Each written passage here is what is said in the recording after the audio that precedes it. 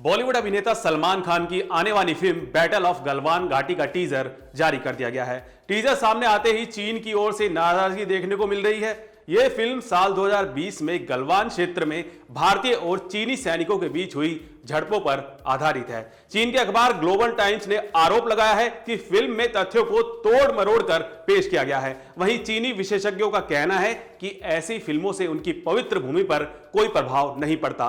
सलमान खान की इस फिल्म पर प्रतिक्रिया देते हुए ग्लोबल टाइम्स ने लिखा कि चीन में सलमान खान को मुख्य रूप से उनकी फिल्म बजरंगी भाईजान के जरिए जाना जाता है। बैटल ऑफ गलवान में सलमान खान कर्नल बिक्का मुल्ला संतोष बाबू की भूमिका निभा रहे हैं। भारतीय मीडिया का दावा है कि फिल्म में यह किरदार गलवान घाटी संघर्ष के दौरान अहम भूमिका निभाते हुए दिखाया गया है। टीजर रिलीज के तुरंत बाद चीन की ओर से प्रतिक्रियाएं आने लगी हैं और फिल्म में दिखाए गए तथ्यों की सच्चाई पर सवाल उठाए जाने लगे हैं। एक चीनी विशेषज्ञ ने कहा कि बॉलीवुड की अधिकांश फिल्में भावनाओं और मनोरंजन पर आधारित होती है, लेकिन चाहे फिल्म कितनी भी नाटकीय क्यों ना हो, वे ना तो इतिहास को बदल सकती है और ना ही अपने क्षेत्र की रक्षा को। लेकिन चाहे फिल्म कितनी भी नाटकीय क्यों ना हो, पर वे ना तो इतिहास को बदल सकती है और ना ही अपने क्षेत्र की रक्षा को लेकर चीनी सेना के इरादों को कमजोर कर सकती है।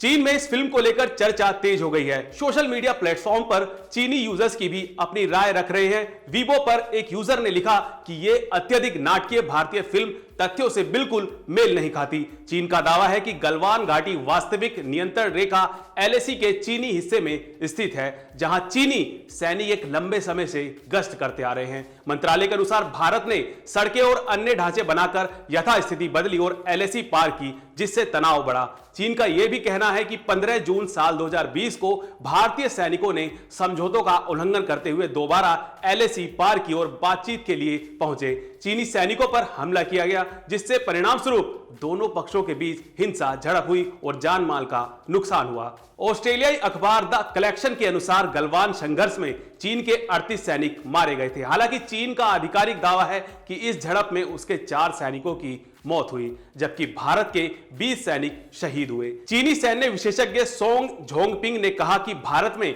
फिल्मों के माध्यम से राष्ट्रवादी भावनाएं उभारना कोई नई बात नहीं है, लेकिन इससे सच्चाई नहीं बदलती। उनके अनुसार गलवान की घटना में पहले भारत ने सीमा का उल्लंघन किया और चीनी सेना ने अपने क्षेत्र की सुरक्षा की। एक अन्य विशेषज्ञ ने चेतावनी दी कि ऐसे समय में जब भारत चीनी संबंधों में धीरे धीरे सुधार के संकेत मिल रहे हैं, इस तरह की एक तरफा कहानी दिखाने वाली फिल्म हालात को और बिगाड़ सकती है। विशेषज्ञों का कहना है कि चाहे कोई फिल्म कितनी भी बड़ा चढ़ाकर क्यों ना बनाई जाए, वे किसी भी देश की पवित्र भूमि की वास्तविकता को बदल नहीं सकती और इससे हमारी जमीन पर कोई असर नहीं पड़ेगा।